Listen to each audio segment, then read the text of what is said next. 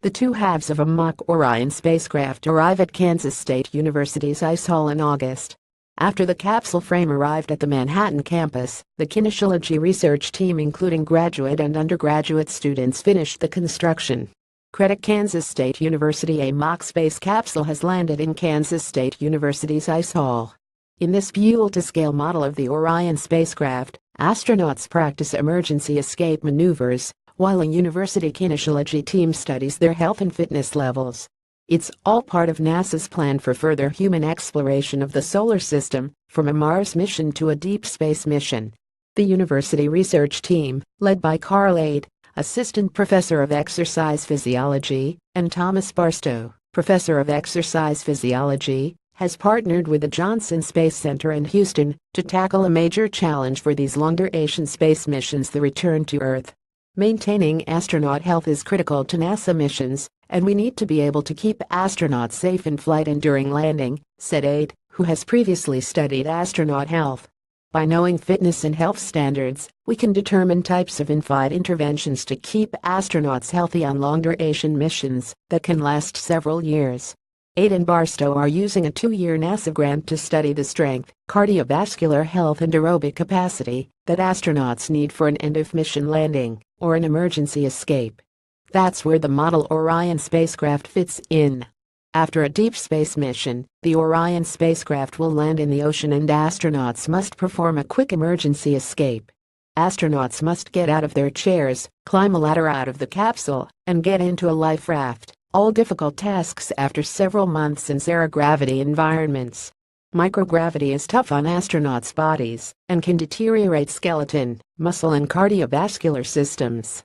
There's an added challenge: astronauts must do all of these tasks while inside a capsule that is rocking on the waves of an ocean. All in all, it creates a jolting return to Earth. We want to determine if astronauts need to reserve a certain level of strength or cardiovascular capacity during flight so that they can land safely after a 1 or 2 year mission, Ade said. The model capsule lets us test that in a way that is translatable and allows NASA to apply it directly to future missions. Ade and the team are studying research participants as they perform the same tasks in the model capsule as astronauts would during an emergency escape.